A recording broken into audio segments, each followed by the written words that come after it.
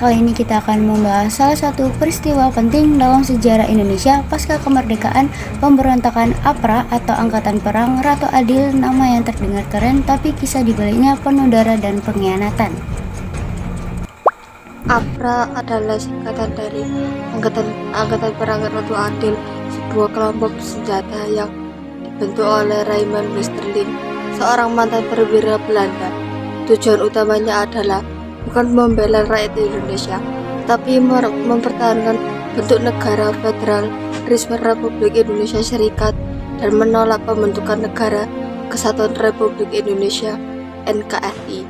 Latar belakang: setelah Indonesia merdeka tahun 1945, Belanda belum rela kehilangan kekuasaannya. Melalui perjanjian konferensi Meja Bundar KMB tahun 1949, dibentuklah Republik Indonesia Serikat, gabungan beberapa negara bagian. Namun banyak rakyat yang tidak setuju dengan sistem federal ini. Mereka menginginkan satu negara Indonesia yang utuh. Westerling dan para pendukungnya takut kehilangan pengaruh kalau Inggris dibubarkan, sehingga mereka membentuk APRA dan merencanakan pemberontakan. Proses terjadinya pemberontakan tanggal 23 Januari 1950, Bandung pagi itu tampak biasa saja, tapi mendadak terdengar tembakan. Pasukan APRA menyerang kota Bandung. Mereka menembak siapa saja yang dianggap musuh, terutama anggota tentara Indonesia TNI. Lebih dari 90 orang tewas, termasuk banyak perwira TNI. Bandung berubah jadi medan perang. Tujuan Westerling mengambil alih kekuasaan negara Pasundan dan menggagalkan rencana pembentukan NKRI. Namun usaha itu tidak berlangsung lama. TNI segera melakukan operasi besar untuk memukul balik APRA. Westerling gagal merebut Bandung dan akhirnya melarikan diri ke luar negeri. Di bagian 4 ini kita akan membahas tentang akhir peristiwa.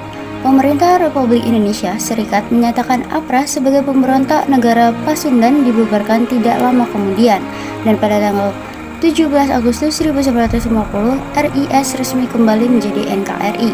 Dengan begitu, cita-cita Westerling dan APRA benar-benar gagal total. Setelah itu, pada bagian 5 kita membahas tentang dampak pemberontakan APRA. Pemberontakan ini menimbulkan banyak korban jiwa dan rasa trauma di masyarakat, namun di sisi lain, peristiwa ini memperkuat semangat persatuan bangsa.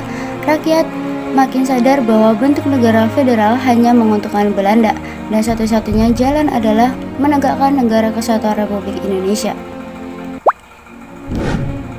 Dan pada bagian 6, kita membahas tentang makna pemberontakan APRA. Dari peristiwa ini kita belajar bahwa persatuan bangsa adalah kunci menjaga kemerdekaan. APRA gagal karena mereka tidak berpihak pada rakyat, dan sejarah membuktikan kekuatan yang tidak berakar pada rakyat tidak akan bertahan lama. Itulah kisah tentang pemberontakan APRA tahun 1950, sebuah pengingat bahwa perjuangan mempertahankan NKRI tidak berhenti setelah proklamasi kemerdekaan.